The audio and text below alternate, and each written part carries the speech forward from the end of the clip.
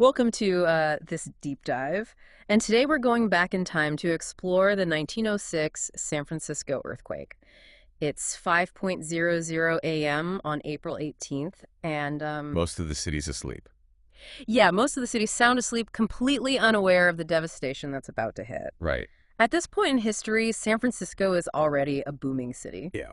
It's seen incredible growth over the past 50 years since it became part of the U.S. Yeah. It's this incredible melting pot of cultures, a real testament to the gold rush boom. Absolutely. But could anyone have predicted the scale of the disaster that was about to unfold? Well, it's interesting you bring up the city's rapid growth because looking back, San Francisco's ambition to expand actually might have made it more vulnerable to the earthquake's impact. In what way? Well, to accommodate all these people, they needed more space, so they Yeah. created land by filling in areas along the coast. Oh, so they were essentially building on unstable ground. Exactly. And that's a key factor when we talk about the earthquake's impact, is especially this phenomenon called liquefaction, but we'll get to that a bit later. Okay, so let's delve into the science behind the earthquake itself. Right.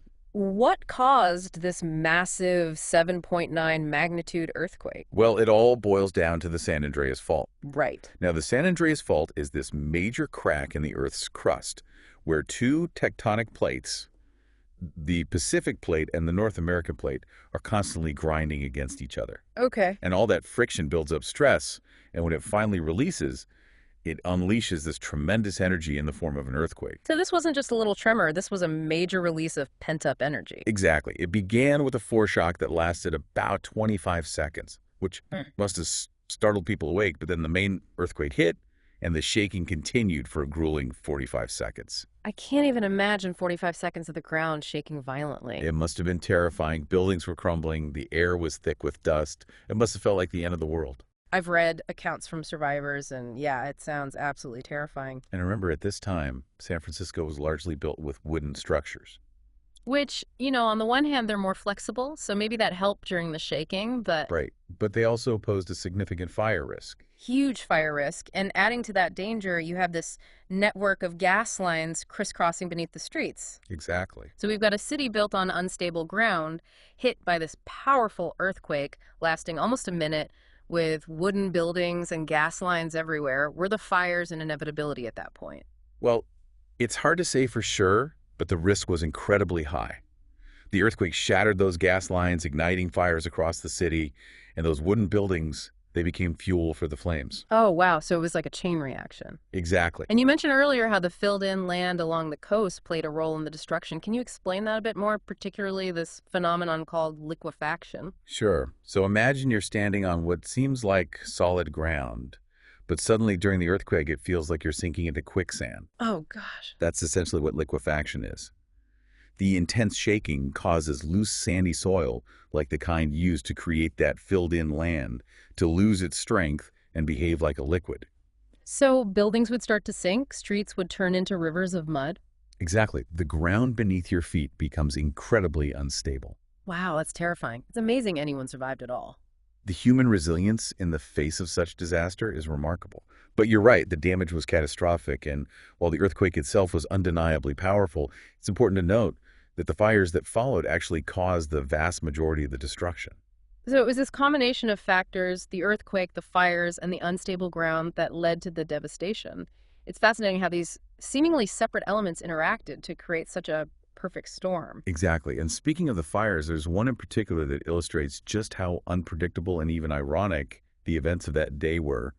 It's become known as the ham and eggs fire. The ham and eggs fire. That's an unusual name for something so destructive. What's the story behind that? Well, amidst all the chaos, a woman was just trying to make breakfast for her family. Unaware that her chimney was damaged. She No. lit the stove, and that seemingly ordinary act sparked a fire that swept through 30 city blocks. It's hard to believe that something as simple as cooking breakfast could have such devastating consequences. It really shows how unpredictable and, almost ironic the events of that day were. Right. And the ham and eggs fire was particularly destructive. It consumed crucial buildings like City Hall and the Hall of Records, which held vital documents and records. Oh, wow. So imagine trying to rebuild a city without those essential resources. That must have been a nightmare. Exactly. The loss of those records created enormous challenges for the city in the aftermath.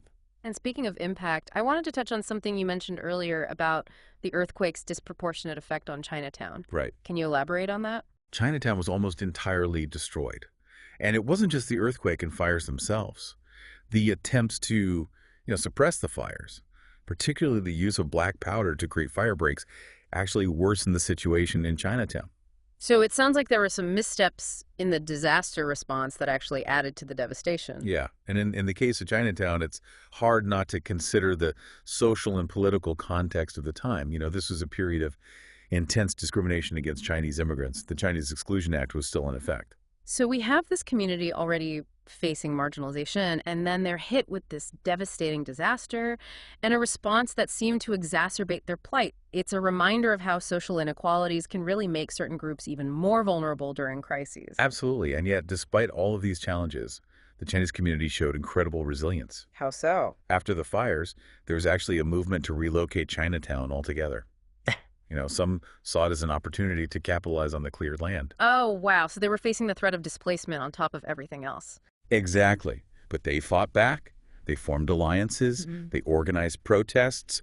And they even leveraged the Chinese government's involvement, since many residents couldn't become U.S. citizens because of the Exclusion Act. So they used the very laws that discriminated against them to protect their right to remain in their historical location. Exactly. It's a powerful testament to their determination and community strength. It's amazing how they managed to rebuild and preserve their cultural heritage despite the pressure to relocate. And this brings up a broader question about how the 1906 earthquake shaped San Francisco in the long term.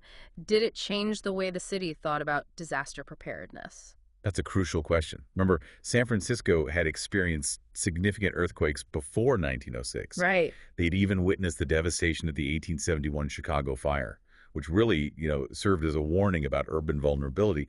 Yet there seemed to be this tendency to rebuild quickly without fully addressing the underlying issues. It's almost human nature, isn't it, to want to return to normalcy as quickly as possible, even if that normalcy was part of the problem. But you're saying that even after such a catastrophic event, San Francisco didn't necessarily learn all the lessons it could have. Well, there were some improvements. The fire department was modernized, building codes became stricter, there was a growing awareness of seismic risks. Okay. But the challenge with earthquakes is their unpredictable nature. As time passes, memories fade, and people tend to become complacent. Until the next one hits and the cycle starts all over again. Exactly. It makes you wonder, though, could we have prevented the scale of devastation in 1906 if we had known then what we know now? That's a complex question. Yeah. Some level of damage might have been unavoidable given the sheer power of the earthquake, but perhaps with, more foresight and a greater understanding of the risks, especially the vulnerabilities of building on filled land, the impact could have been mitigated. It's a question that resonates even today, isn't it? We know the big one is coming for California. Are we truly prepared? Have we learned from the ghosts of 1906? It makes you think, are we really any better prepared today? Well, that's the question, isn't it? Yeah. Are we just waiting for the next disaster to strike before we take real action? Right. I mean, preparation is key, wouldn't you say? Absolutely. And it's not just about the physical things like, reinforcing buildings or having those earthquake kits ready. Right. It's about creating a mindset, a culture of awareness and readiness. So basically understanding that we live in earthquake country and making choices based on that reality. Exactly. But, it's so easy to get caught up in everyday life and forget about those bigger risks. Oh, it is. It's human nature to push those thoughts aside until it actually happens. Yeah. Until the ground is shaking beneath our feet. Right, and then it becomes a scramble to react instead of having a plan in place. Exactly. The 1906 earthquake is such a powerful reminder of that, isn't it? Absolutely. Even with all the tragic consequences, there are so many valuable insights we can take from that event. It really forces us to confront our vulnerabilities, not just as individuals, but as a society. Right. And one of those vulnerabilities that the 1906 earthquake really exposed was this whole issue of social inequality. Oh, absolutely. Remember how we talked about the fact that the wealthy were able to recover much more quickly while the working poor faced a much longer and more difficult path to rebuilding their lives? Yeah, and it's a pattern we see over and over again in disasters. Those who are already marginalized often bear the brunt of these events. It's true. Disasters tend to amplify existing inequalities, and the 1906 earthquake is a perfect example of that. Right. It highlights this need for, equitable disaster planning and response so that everyone has access to support regardless of their background. So, when we talk about learning from the past, it's not just about physical preparedness, it's also about addressing these deeper systemic issues that make certain communities more vulnerable in the first place. Absolutely. But what about on a personal level? What can we do to prepare for a potential earthquake, knowing that the big one could strike at any moment? Well, having those emergency supplies and a plan in place, that's crucial. But I think the most important thing is awareness. You know, Uh huh. educate yourself about the risks, understand the safety measures, and know what to do during and after an earthquake. It sounds like knowledge is power when it comes to facing these kinds of natural It disasters. really is. But beyond the practical stuff, I'm also struck by all those stories of resilience and community spirit that came out of the aftermath of the 1906 earthquake. Oh, yeah, those stories of survival, of rebuilding lives and Yeah. communities from scratch. Yeah. There's such a powerful reminder of the strengths of the human spirit. Even in the face of unimaginable loss, there's this incredible drive to overcome and create something new. Exactly. And that brings us to a final thought for you to consider as we wrap up this deep dive into the 1906 San Francisco earthquake. We've explored the science behind the event, the human toll, the lessons learned, and maybe even the lessons not learned. But, Hmm. beyond those immediate consequences, what if we think about the impact this earthquake had on the very soul of San Francisco? How did this event shape the city's identity, its culture, its art, its literature? Did it play a role in that unique spirit of innovation and resilience that we associate with San Francisco today? It's a really interesting question to consider.